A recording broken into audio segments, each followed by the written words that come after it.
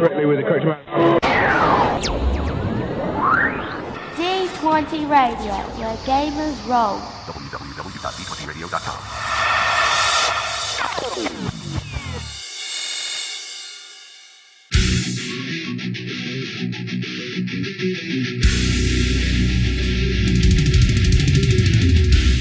Welcome to Me and Steve Talk RPGs, a podcast where me and my friend Steve try and help you get the most out of your role-playing game experience.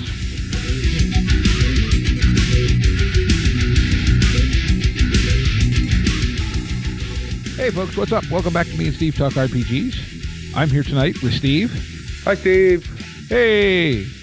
And we have an honorary Steve, but before we get to that, let's talk about the OP cast. Yes, the OP Cast is another podcast here on the D20 Radio Network. It's hosted by Josh, and I believe Chaz is involved with it, and I'm not sure who all else, but they discuss the Trinity Aeon adventure, that whole kind of family of games from White Wolf / Onyx Path. So if you're into any of those games, definitely worth checking out. They're cool people.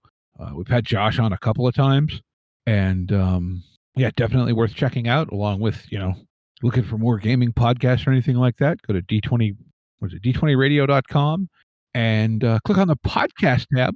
That would be the website. Yes, it would be. It's just, brain fart there. It's second Monday today, so, Oh, it's like, it's like a month of Mondays, I swear. All of December has just been all Mondays. It's like oops all berries, oops all Mondays. Yes, we do have a guest this week, and they do receive their honorary Stevedom, and I still haven't made a silly sounder for it. But welcome to the show, JT. Welcome. All right, so just because you're fun to talk to, we wanted to talk to you again. But I also thought maybe we could have a little bit of a discussion leading into something that you had wanted to talk to us about, because we've both been a little about a game that you know quite a bit about, I guess is the best way to put it. Yeah. I figured we could start off with a little discussion around, let's call them universal systems. Sure. Universal, generic, or yeah. Yeah, generics, GURPS, Palladium, Genesis, even to an extent, maybe PBTA, which then brings in Forged in the Dark and Fate. And I think they're kind of in a little bit of a different category. But I would agree with that. We'll get to that. But, you have, like I said, GURPS, Palladium. Well, there are many people who want you to believe that 5e is and technically maybe, sort of, I don't know. There's Hero System too, which I've never played, but. Yeah, and I think they're one of those things that. And then there's sorry, not to cut you off, there's Apocalypse Engine, which is powered by the Apocalypse stuff. Technically, it's a universal system. Sort of. You can build it. It's kind of like saying 5e is a universal system. No, I think it's with different. enough work and elbow grease, it'll get there. Well, I think though, I think there's kind of two distinct categories there, maybe three, right?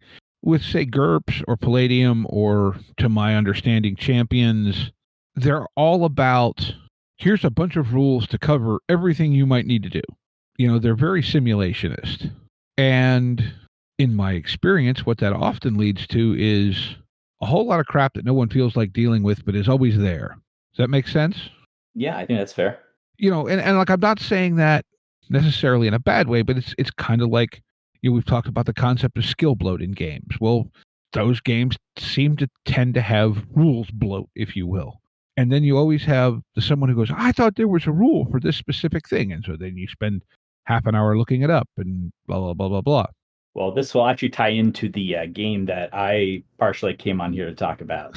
But I would say that there are certain games like that, though, that you've mentioned, where you can have a lot of rules or options, but the idea is that you're supposed to sort of take what you need from that and only apply what you want for the game you're trying to run. Yeah, I know GURPS is kind of intended that way.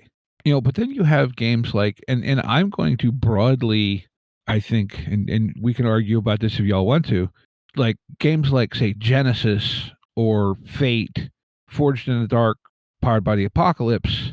I think, and Genesis in specific, right? Genesis is a game built to do heroic cinematic action, right? Because it's based off of Star Wars, which that's exactly what that is. And I think that works a little better because it's for concepts, not so much situations. It's getting away from simulation and moving more to narration, and thus narration just is what's happening, but you don't necessarily worry about all the tiny little details. And I think Fate and Powered by the Apocalypse kind of tie into that because in those, you have your different playbooks or whatever, but it's still very much about emulating a certain feel or theme. You know what I'm saying? Does that make any sense? Sure. And kind of what I'm getting from you then, Steve, is that, like for Universal games, at least, you definitely prefer ones that have more like built-in narrative stuff or like don't necessarily focus on representing everything with like a number or a stat and like. Well, I think what I'm getting at, and this is, I am a technically minded person, generally speaking. I am a chronic overthinker. I feel you on that one. So my problem with, we'll say, a game like, say, Palladium, because it's the one that I personally know the best, my brain keeps going, I know there's a rule for this. I need to know what the rule is, even if I'm ignoring it. And then it brings into whatever the whole thing about Palladium's organizational lack of skill and the fact that the only person who's ever run a Palladium game completely rules is written is Kevin Symbieta, because everyone else is still looking for that page in whatever book it's in. That's hilarious. Man. And for those of you who have used Palladium books in the past, you understand exactly what I'm saying. I've had the fortune of looking through Palladium books, but never having bought or run one. So I think that. And look, I hate to rip on them continuously about it, but it's like there's so much good stuff in so many of their books. It's just such a pain in the neck to use a lot of it. Sure. I remember the original like Rift's Palladium I had looked through and I thought it looked super cool. Mm-hmm. And I never ended up running it, but I've heard horror stories from people who told me that have run Palladium Rifts that it was just like, oh, the power creep and all the other stuff was just awful. Oh, there is no power creep in Rifts. They went straight past creep to like full on sprint spiral. I see. For a second, I was like, "Oh, that's surprising," but now I see where you were going with that. Yeah, it's hard to creep when it's out in the open. Yeah, it's like the stealth guy wearing the neon orange suit with a fiber optic feather boa. I don't know how familiar you are with Dragon Ball Z, and especially later Dragon Ball Z. That's my jam. Okay, so you are aware that it just happens, and there is no power spiral. There is no creep. Goku's gonna get stronger. Yeah, that's kind of the same thing with your Rift's character. It's just gonna happen. They're just gonna be stronger with the next book. Yeah. Although that to be sounds fair, like Dragon Ball. Yeah, I was gonna say with Dragon Ball Z though. So at least with Rifts, I'm assuming like you don't have to wait 40 episodes until something consequential happens, or maybe I'm wrong. Well, you have to wait for a new book to come out. That's fair. That's fair. Oh my man. So actually, if you don't mind, I kind of wanted to jump in on the topic of Powered by the Apocalypse since you brought it up. Okay. And I was thinking, I would argue that Powered by the Apocalypse games are not really universal because there are a lot of different genres and things that they do, and there are a lot of different like games, obviously, that have been created using the base ideas. Mm-hmm. But I think one of the coolest things about Powered by the Apocalypse games are that they are very much specifically designed, and there are these choices that are made when you're designing it to fit a particular genre or concept, which you were sort of alluding to before. And because it ties in so specifically to that concept that like you wouldn't necessarily be able to take the exact stuff from like one Powered by the Apocalypse game, put it to another and have it work just as well, Oh, no, I think you're exactly right there. But it's like the same structure that it's all built on. You know what I mean? The the success with a cost. Sure.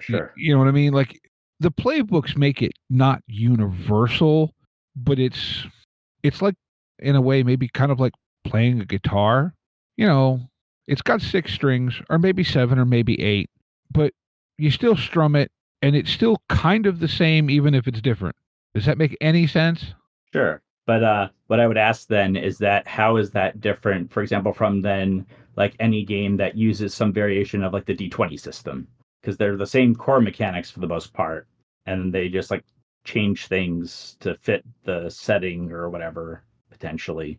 So I think the difference is that because of the playbooks, okay, the playbooks are specifically written for the setting the game is designed for.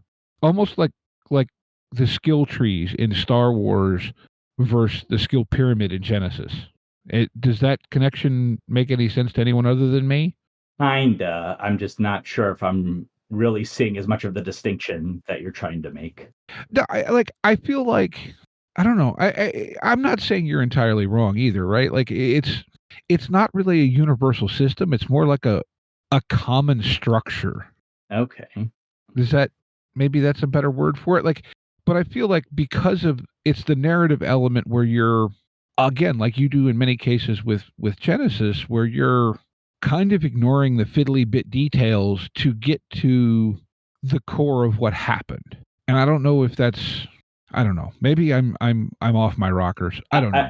No, I think that's fair. I guess maybe just the way that I sort of perceive that has more to do with the focus on like narrative and like fictional stuff versus like the actual like rolling and dealing with numbers and hard stuff. Fair. Yeah, but I mean, reasonable minds can disagree too. But, you know. So that was a very long way of getting to this other universal system game that's out there that you happen to know quite a bit about. Yes, And that's true. Steve and I have both been pretty curious about it, have never gotten a chance to actually play it. And I've tried to read it and I've sort of I don't want to say I've bounced off of it, but it's kind of like one of these where I feel like I need to play it with someone and then it'll all make a whole lot more sense to me. And honestly, that's probably true. But but I've also figured out, I think, kind of what it is that makes me kind of have this struggle with Cortex. A piece of the name. So I feel like where with, we'll say GURPS or Palladium, there's a rule for that. In Genesis, we don't need a rule for that. We just got to get the feel right.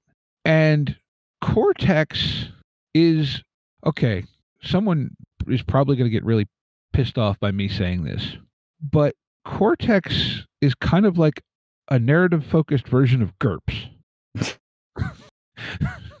Okay, and what I mean by that, I could draw some parallels maybe, but okay, yeah, let's hear what you have to say. but where GURPS, you take apart, you use this rule or you use that supplement to do this thing, whatever. Cortex takes that down to your stat level and says, pick your stats to make the game focus on the things you want it to focus on.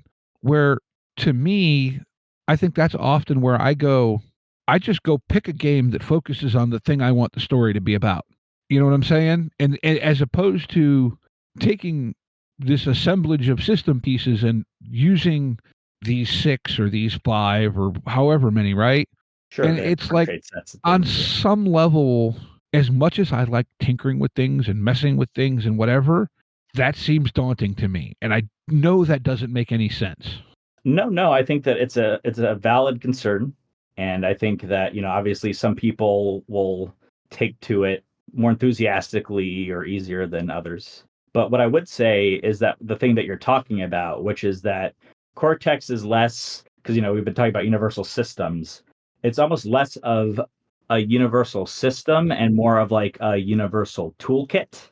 So like there are some basic, like pretty core mechanics that you're pretty much going to have no matter what.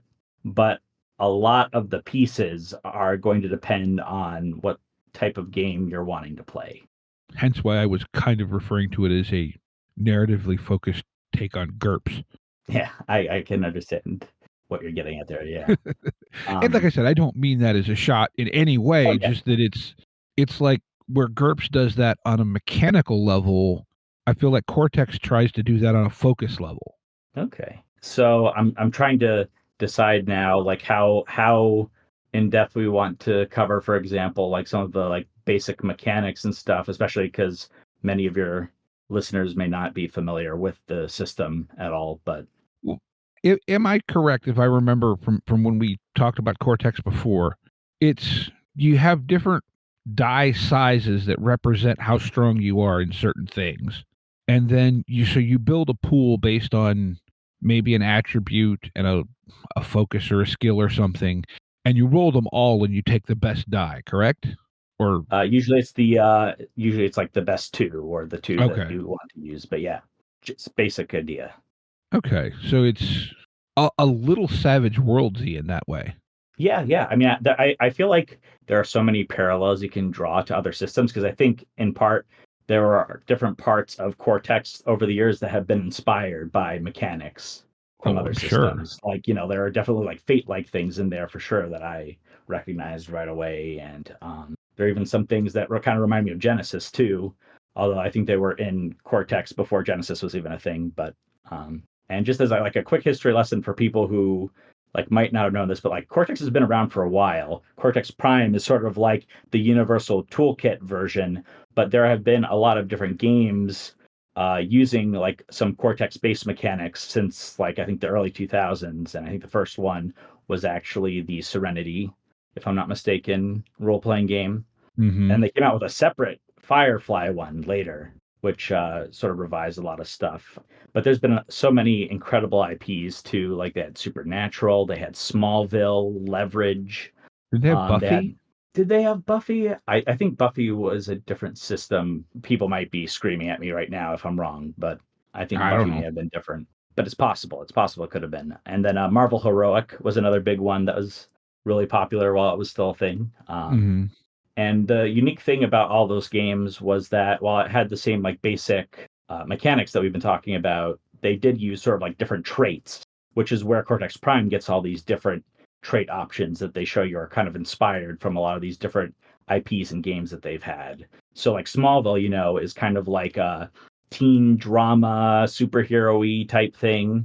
And so it focuses a lot on like the characters' relationships and values. So instead of having like attributes and skills like you might have in D&D, you have actual dice that represent, for example, the strength of your relationship, whether negative or positive, with like particular characters. And like you can have strengths for like particular values your character might have, like, you know, truth, justice, the American way, you know, type of thing. And so depending on you know, like how those values come into play, the focus is going to be more though on like how you are interacting with people and like the different drama that you get up to. Sorry, I don't know if I'm maybe just like kind of going off on a tangent or not, but No. I think you're actually saying kind of exactly what I'm talking about, right? Where I think like, okay, my impression is that if you want to set up a Cortex game, you need to figure out what it is that the core of your story or storyline is going to be about, and then pick the attributes and skills that pertain to that to then basically to build your character sheet to then be able to build your character. Does that am I on the right that track? is accurate. But what I would say though is that those trait sets, a lot of them are sort of just they're already sort of templated out in the book, right? So Mhm. like you might have an idea for like your setting is going to include, you know, these particular attributes or something like that, and they don't have to match the ones that they kind of like give examples for in the book. And you know, you can just sort of tweak them or skin them for your game. And that in those cases, it's really just a matter of putting in words that better reflect your setting. And then in other cases, there may be things where, like for example, they have powers is one of the trait sets that you can use. And specifically for games where you have like superheroes or anyone else that can do, you could probably use it for like magic, for example, things like that if you wanted. And Mhm. then you could reskin them. I could even imagine you taking powers and reskinning some of them or creating your own in order to represent force powers if you wanted to do like a Jedi type game, if you wanted to run it like that. Mm-hmm.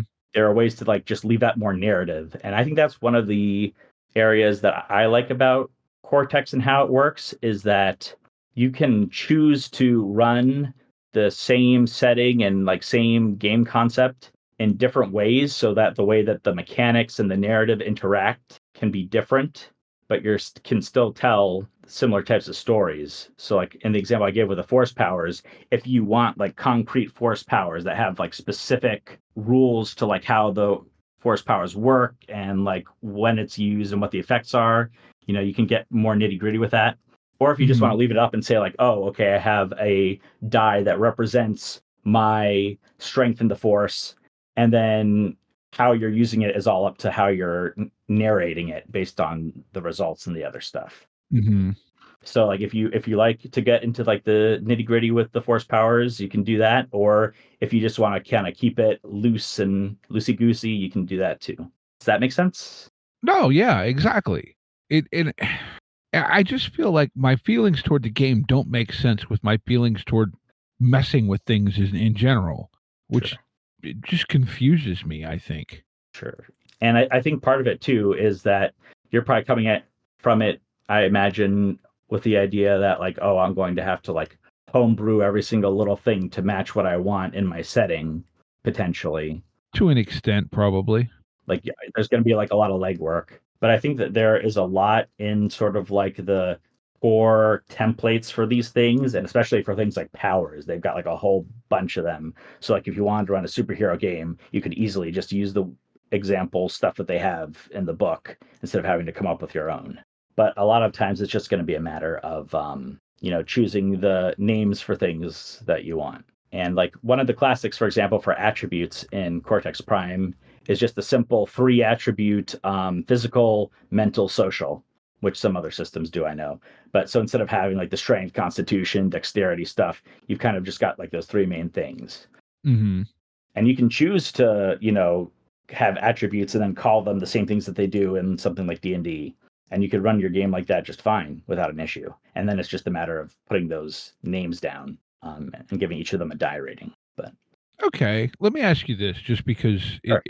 Is it fair to say that in a lot of ways, where I'm going to say a game like D&D or Cyberpunk Red or many traditional games lean on your attribute as being a very defined thing, that at least in the context you were just describing, Cortex more often is using that attribute as a generalization, and it's up to you as the player and GM to define what that means to your specific character? I think that in certain setups, like the one I said, whether it's physical, mental, social, I mean, there will have to be some sort of understanding, for example, like what constitutes that you're doing something physically versus mentally or socially. And so there would probably have to be some sort of like agreement, or if there's a disagreement, then some back and forth. And then ultimately, I guess the GM might make the final ruling depending on what they want. But I think a lot of things will be pretty straightforward. Like if you're running, that's a pretty physical activity. If you're literally like trying to solve a math problem or something like that, that's probably like a mental type of thing. Mm-hmm. If you are trying to like charm someone into, being your buddy and helping you out with something, that's probably going to be like a social attribute type thing, if that makes sense. Yeah, yeah. So, sorry, was I understanding your question okay? Well, Or I was thinking in let's just go to physical, for example, just because I feel like the example is maybe a little more concrete. You could have, okay, we'll just say a marathon runner and a power lifter could both argue for a high physical stat. What they're able to do with that physical stat is extremely different. that's true. And that's where I'm saying, like, I feel like Cortex is asking you, is putting that on the player and GM to internally define that in the context of role play as opposed to a statistical value. Sure. And I think one thing that might help you out conceptually there is that technically speaking, even like within the same trait set, like attributes, like having a D10 physical, for example, rating versus like a D10 social rating doesn't necessarily mean that this person is, or like this, someone's social ability is the same as their physical ability or something like that. The ratings really more represent how important that thing is to your character and like how much of an impact will it have on the story or like a given action type of thing, if that makes sense.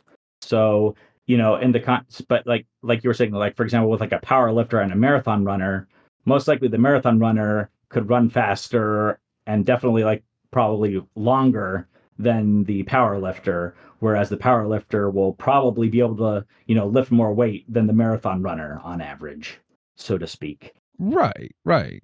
So for that though, you could then, I mean, first of all, you're going to have more dice than just like one attribute, for example.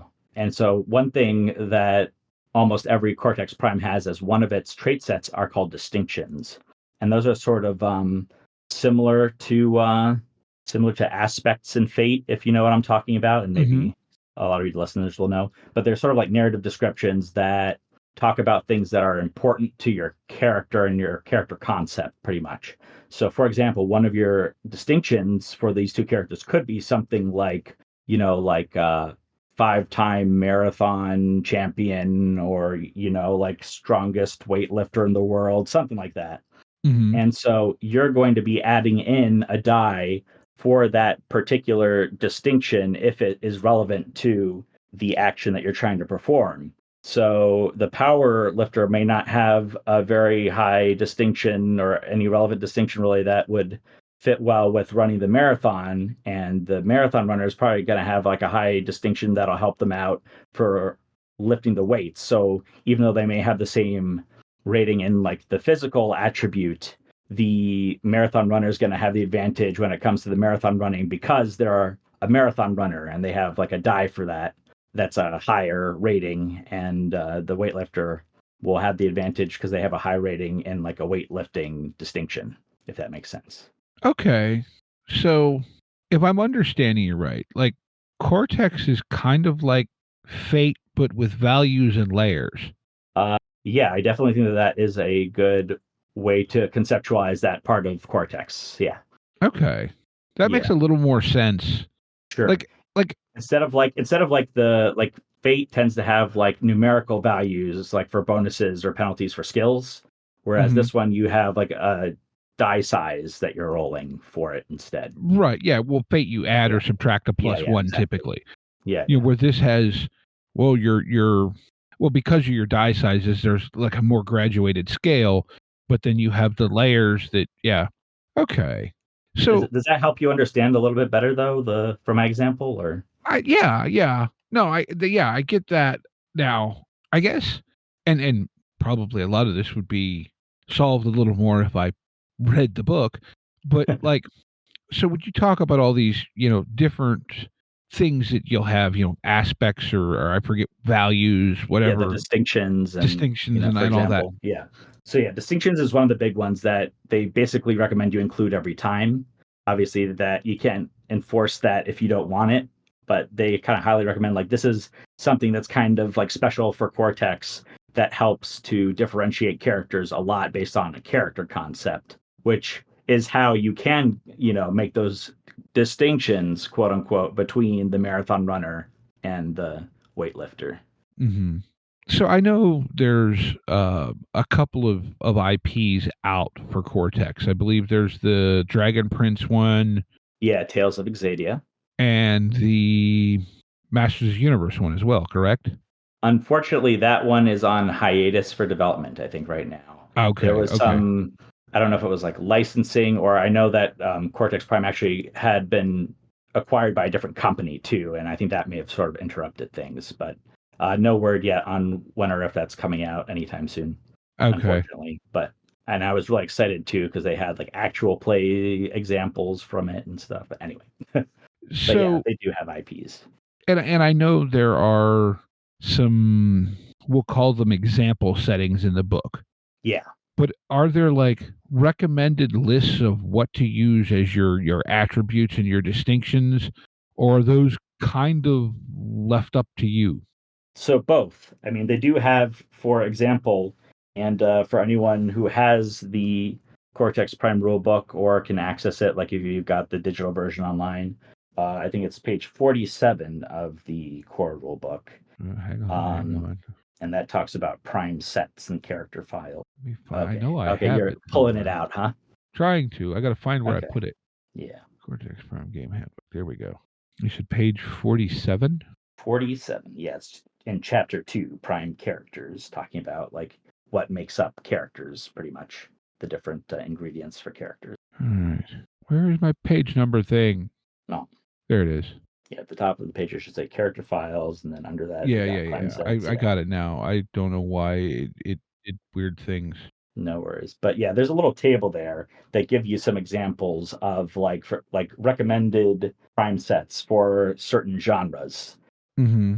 So you can probably see there. So one of the examples they give in the book is like a grim fantasy type setting, and that would be attributes plus skills. And by the way, for people who may be very observant, a lot of these genres they're using are from like IPs that Cortex has done in the past, sort of like those genres. Mm-hmm. Like with paranormal mystery, you can have like for a supernatural thing. Heist action is like leverage, potentially. Superheroes like Marvel Heroic. So it does give you some examples of like just like quick and easy options if you don't want to have to think about it too hard that they know work well for those genres. Mm-hmm.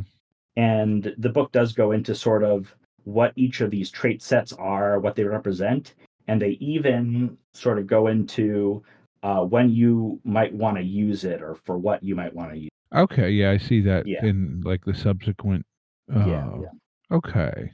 Yeah, I don't know. It's just one of those where like I think in my head it's always just been easier to go, okay, well, I want to run this kind of game and I know this system does that thing really well, so I just go to that.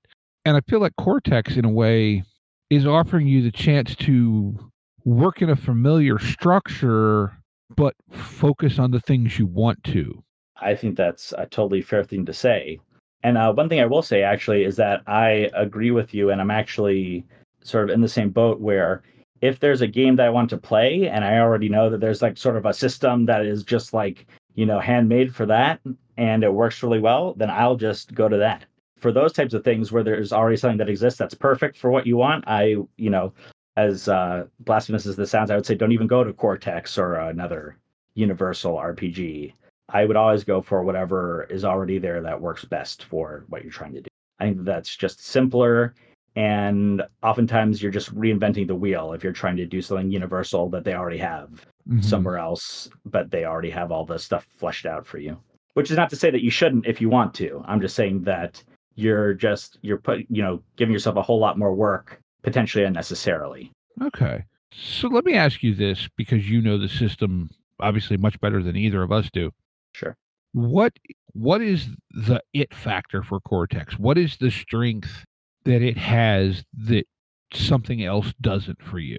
Yeah. So I like they have really interesting mechanics that can be specific to these different trait sets that we've been talking about, like the attributes, the values, stuff like that.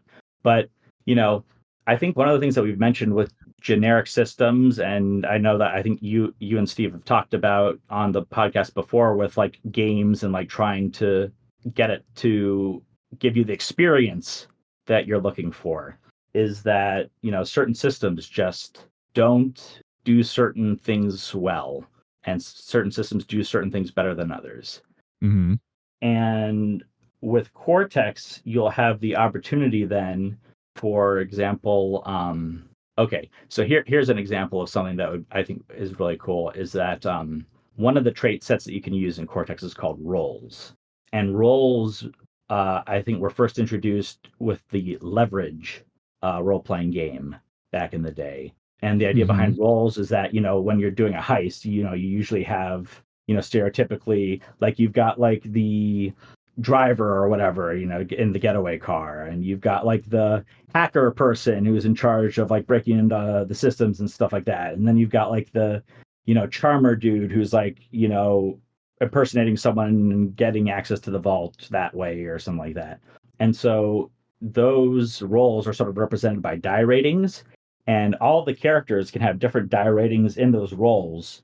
And so they can be used for like, okay, maybe you're not like the best hacker in the world, but you can use a computer. So you might have like a pretty low rating in that, but that, doesn't mean you can't try to do things on a computer. In a lot of systems, I feel like the way that they represent those skills, there isn't as much of an option for people who don't really fit into the right, class or profession, whatever, however they do that, to, do things that another character might be specialized in. Mm-hmm.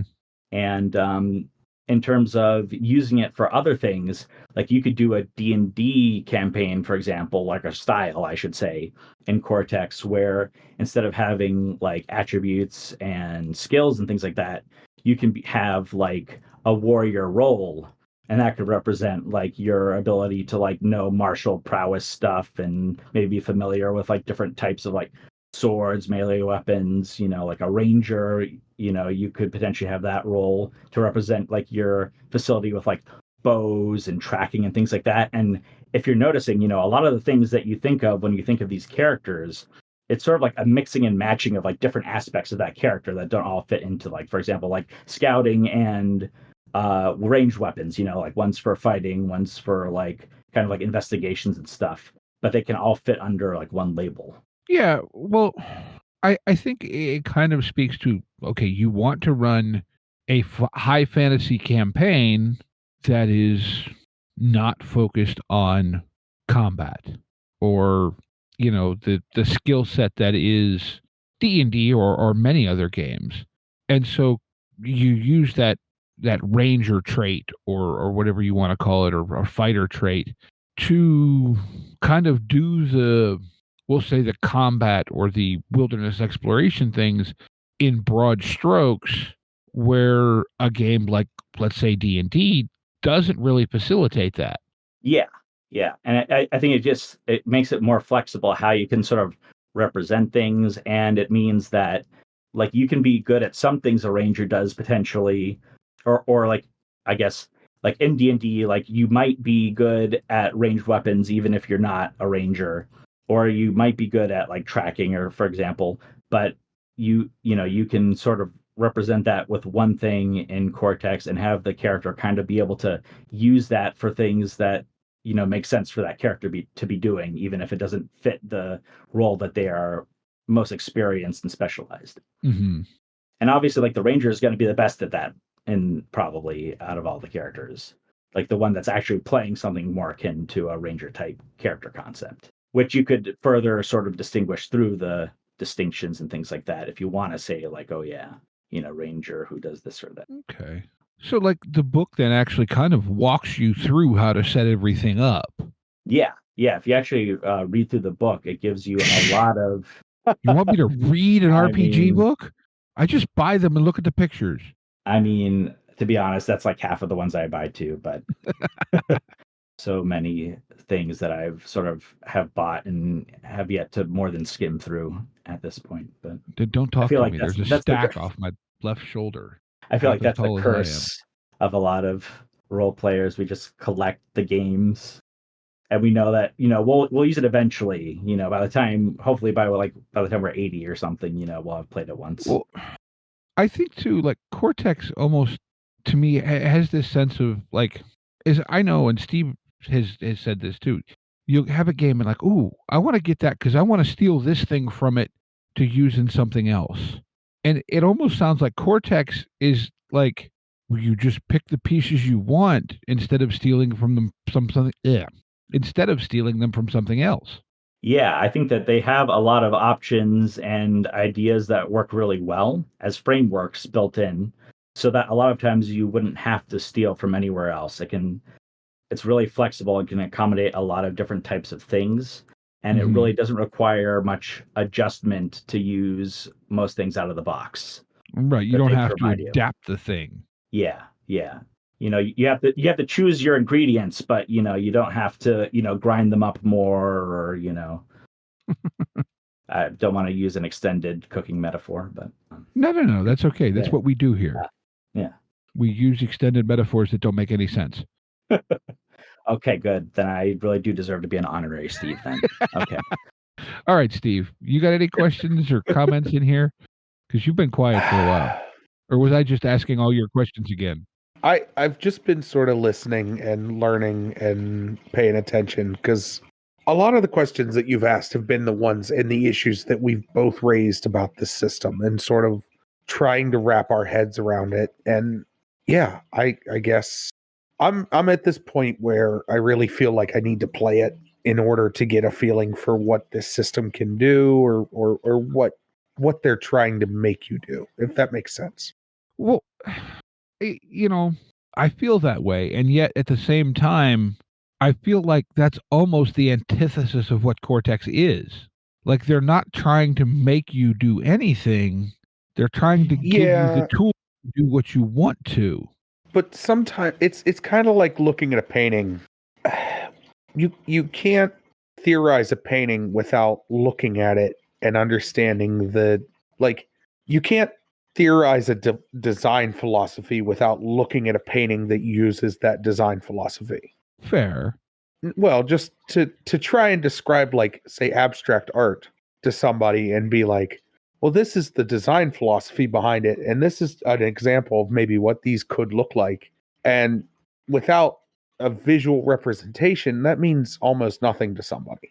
And I think that's where I'm hitting the wall of, I'm going to have to play this before I can maybe understand how to run it for myself, if that makes any sense. No, I think, like, effectively, you need to understand the structure, but not so much. Okay, analogy. You need to understand the structure, but not the individual boards.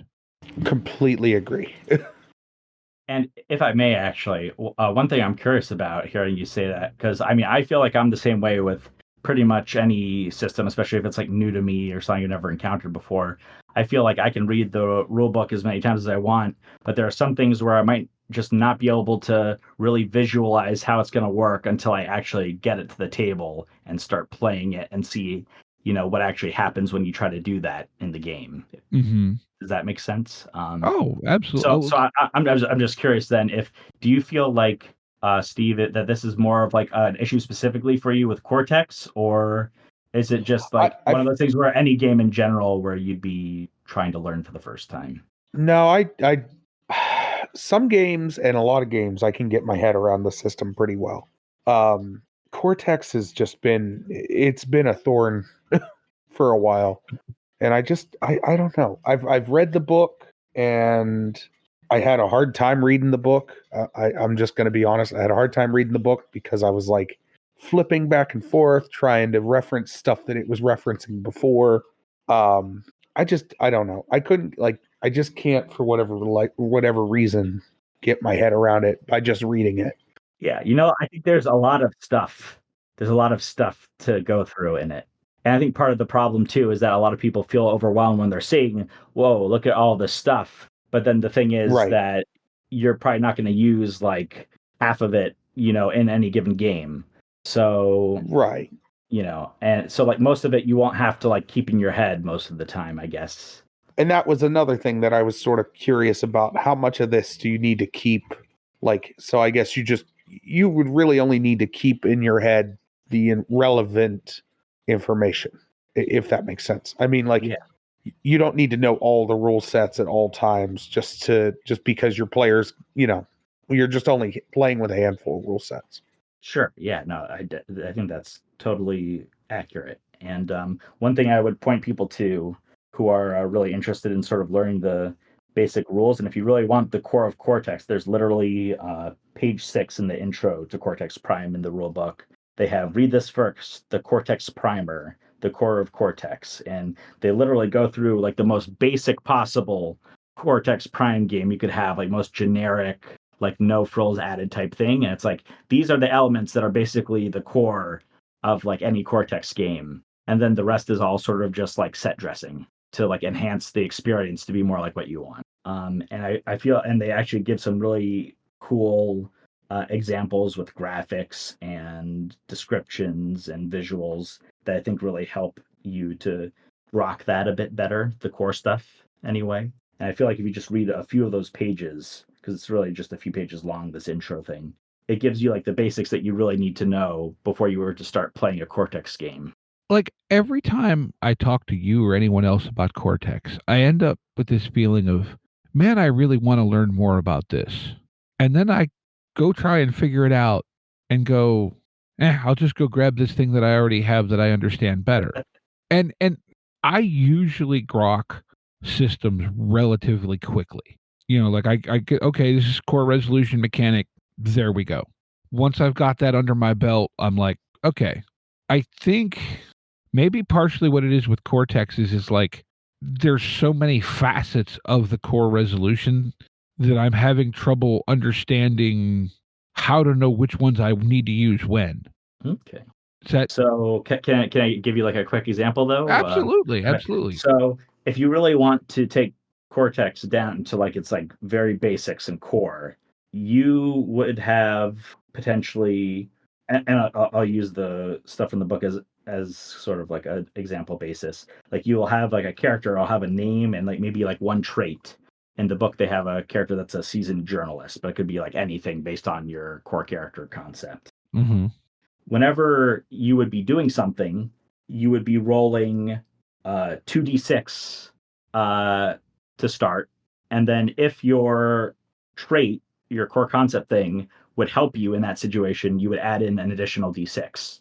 And then you would roll those and take generally the two highest rolling ones, but you have some leeway to mess around with that for different reasons once you start adding more stuff in. But so like, and then so you could roll, for example, like a 4, a 6, and a 5. And so then you take the 6 and a 5, that's an 11. And generally, you're going to be rolling against the GM's difficulty dice pool, which for the basics that they talk about in the book, for easy opposition, that would be just like 1d6. You're rolling against 2d6 for something like average or challenging, and then 3 for something that's like difficult. And the GM still takes the top 2 also. Okay. But in terms of like the probability, it makes it more likely that they'll get a higher roll the more dice, obviously, that they're rolling. And if you, interestingly, in Cortex, you have to beat the number. You can't tie it in order for the player to succeed. Okay. So you have to exceed the difficulty in Cortex by default. You could obviously change that at your leisure if you really wanted to. It'll change sort of a little bit of like the probability numbers and things, but I heard if you do that, Cam Banks comes to your house, insults you in New Zealandish, and then runs away and takes your books. That sounds like Cam based on all the conversations I've had on him. He's just a really mean, nasty guy. He's actually really amazing. He's such a nice, sweet guy. And yeah, I've heard some interviews with him and stuff. He seems very, very cool. Yeah. But yeah, I mean, so if you really want to talk about the basics of Cortex, that's generally it. You've got a dice pool. You're trying to roll stuff. And if your character is good at something, you're rolling more dice than the default. And if the thing's harder than usual, you're rolling more dice in opposition to that. And that's about it. Okay. Yeah. So, and pretty much everything else that you add to it is a variation on those core rules. So to circle back around, do you think I'm off base and kind of feeling like Cortex is universal in a reverse of most other games being universal? Like the way it approaches being universal is kind of like opposite the way GURPS does. I think GURPS has just a lot of specific rules that tie into like very specific types of things. Mm-hmm.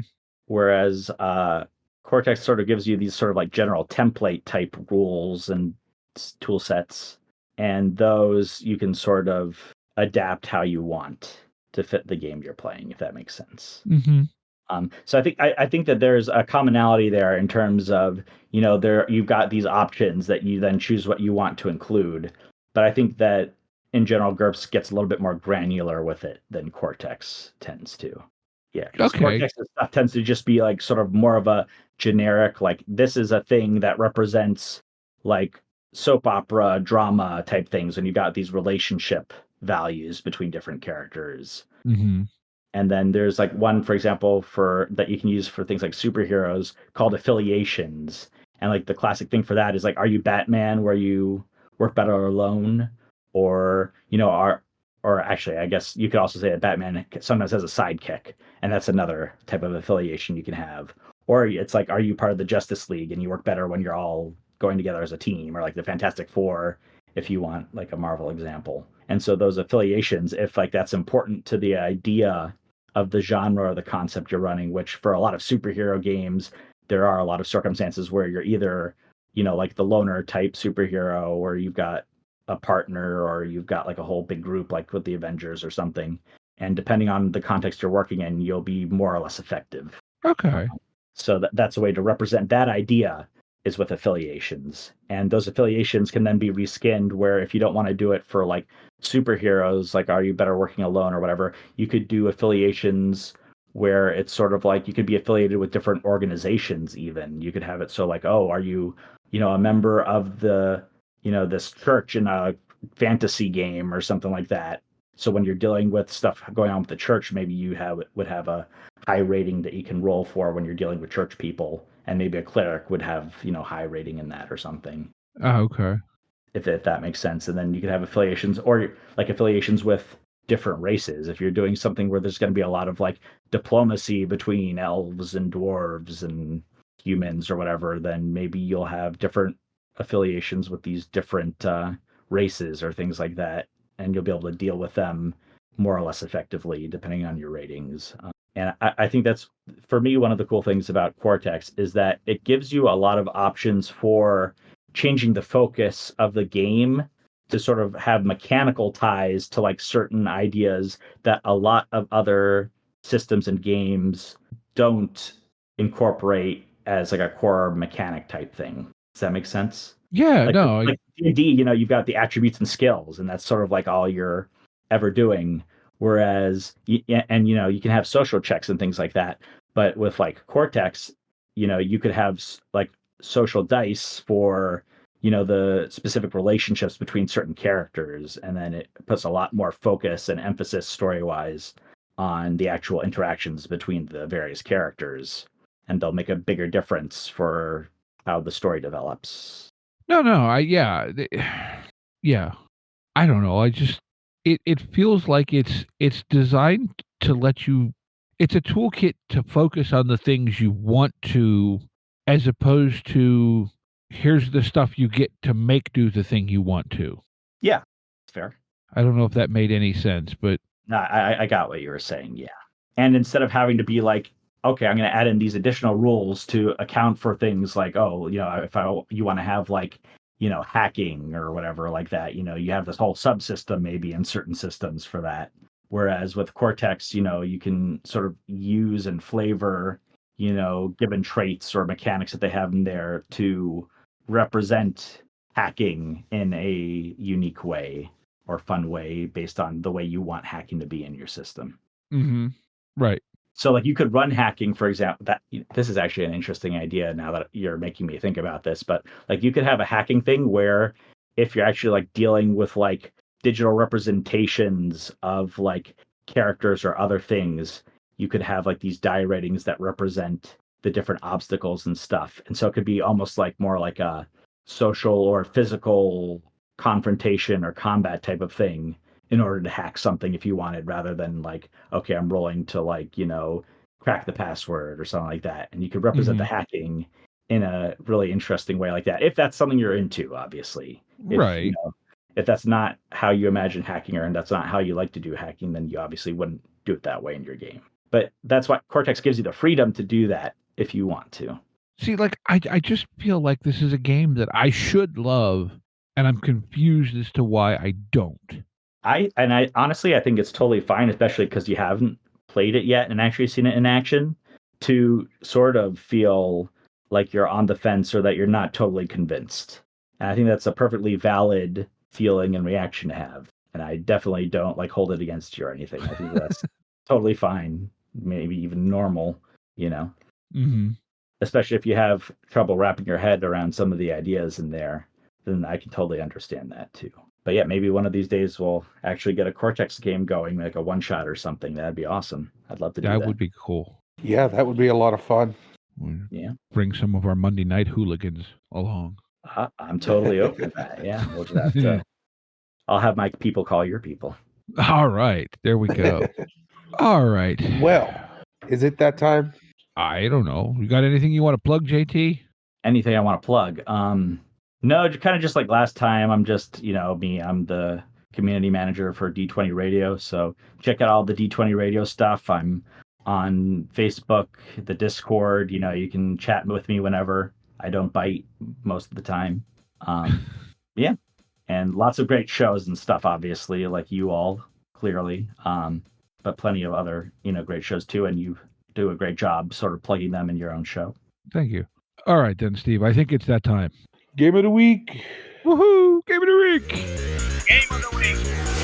Game of the week. All right, JT, you've been here before. We don't need to tell you how to play. Who's going first? Why don't you go first, Steve? I go first all the time. All right. I'll go second since I went last time then. Oh, I get to go last. So I found one today that, how do I want to say this? I don't think this is going to be the game for everybody, but I feel like, Steve, this might actually kind of hit a chord with you in particular. It's a game called 5 Torches Deep. And what it is it's calling itself kind of an amalgamation of 5e and the OSR.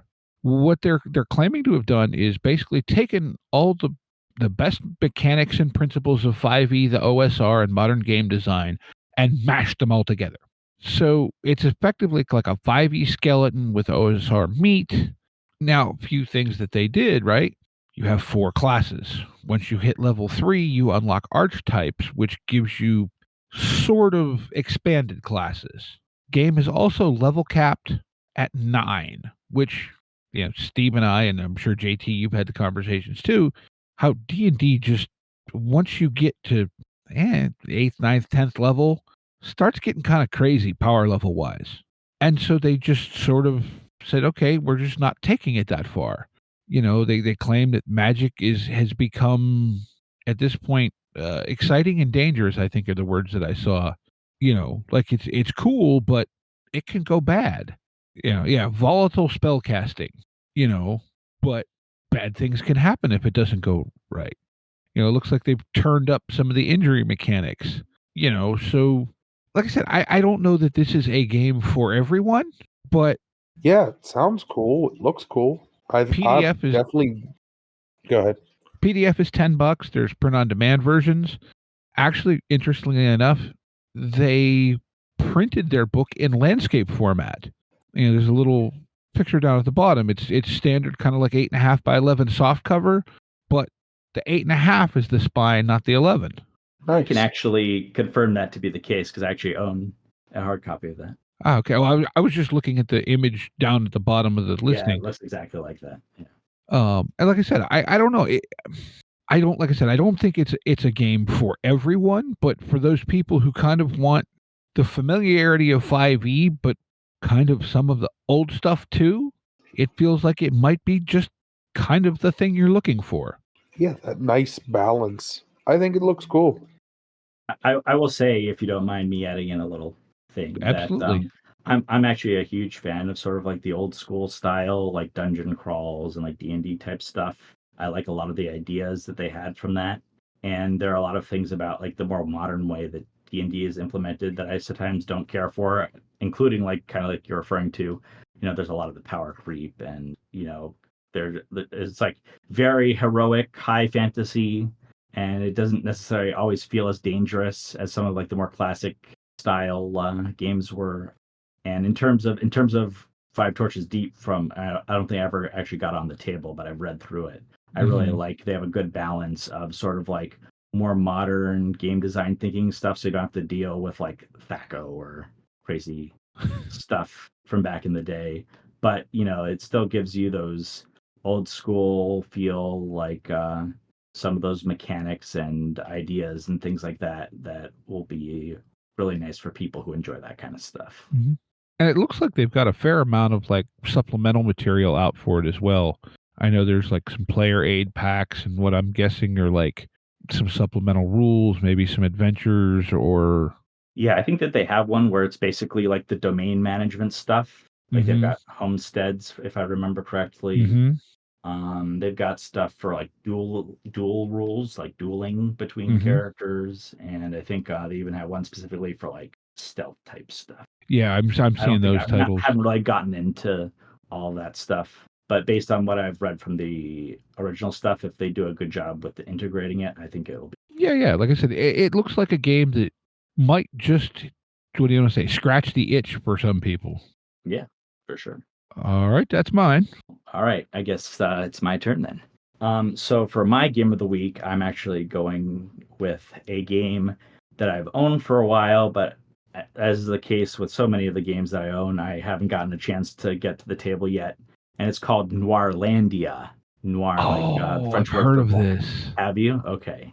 And I read through it because I think I had like crowdfunded it originally when it came out. Mm-hmm. And it looks really cool, and I really like the rules and stuff. I just never was able to get enough interest and stuff together to play it. So basically what it is though is you're sort of creating a murder mystery from scratch, and that even Mhm. includes where like even like like you as players or as narrators, because I think you sort of take turns narrating scenes. In this one, it's kind of collaborative.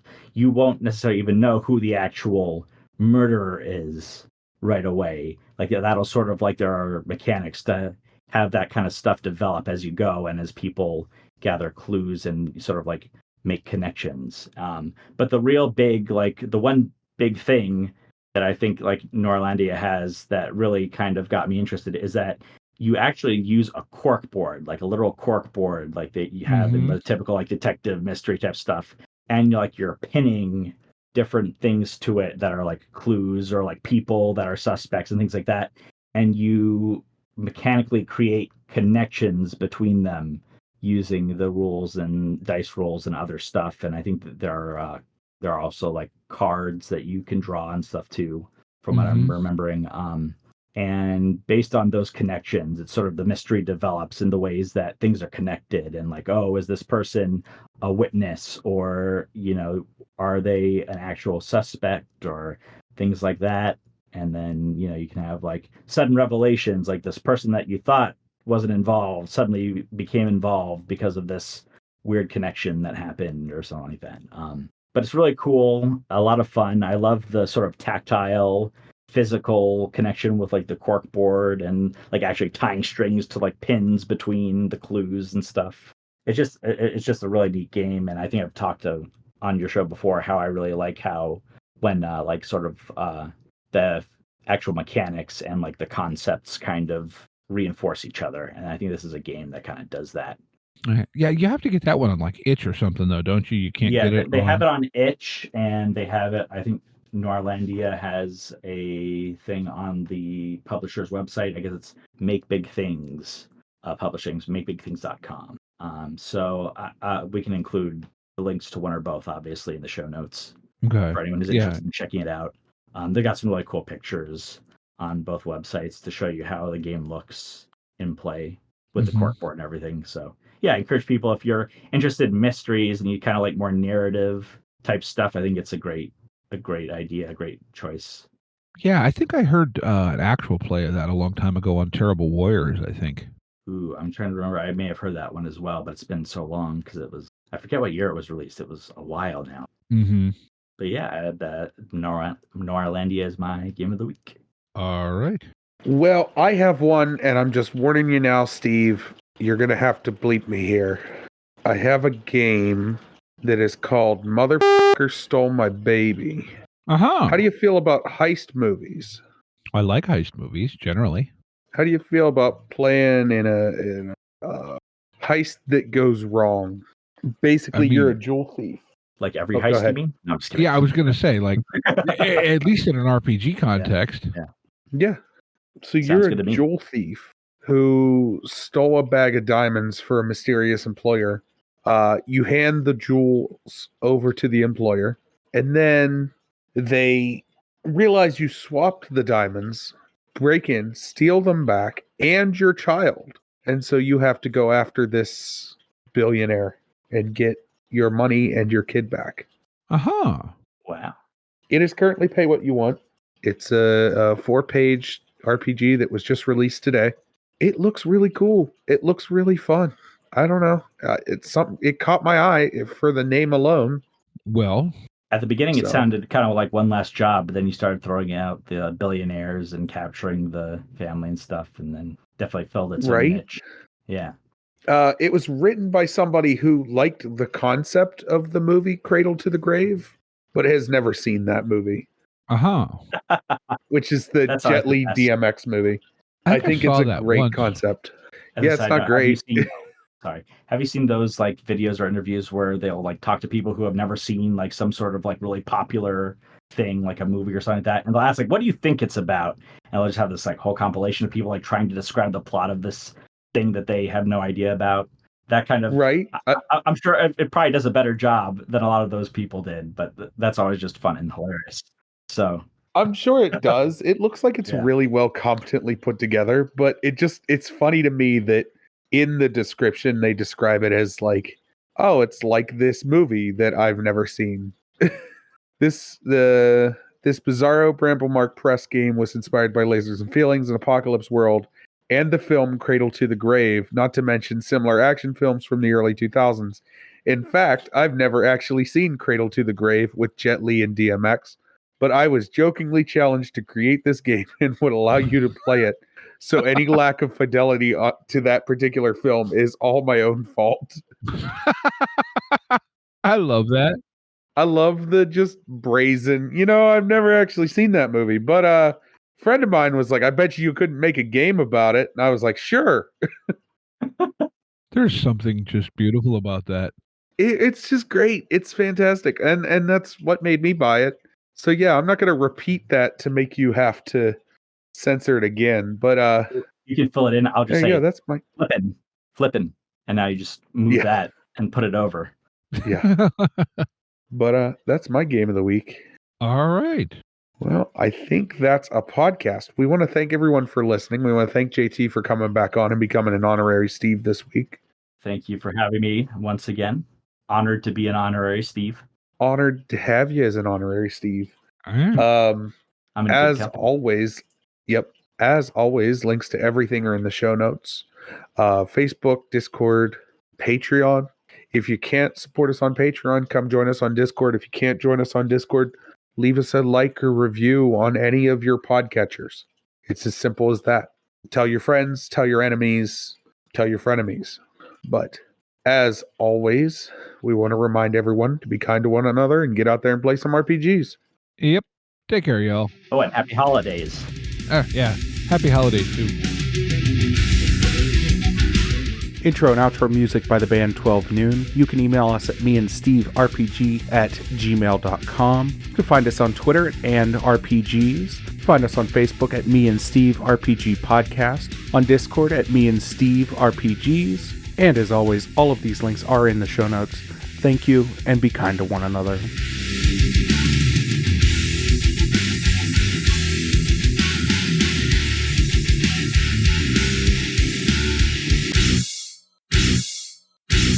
How much for the cigar? Cigar, $20, dog. You gotta go down the street to the store and buy that.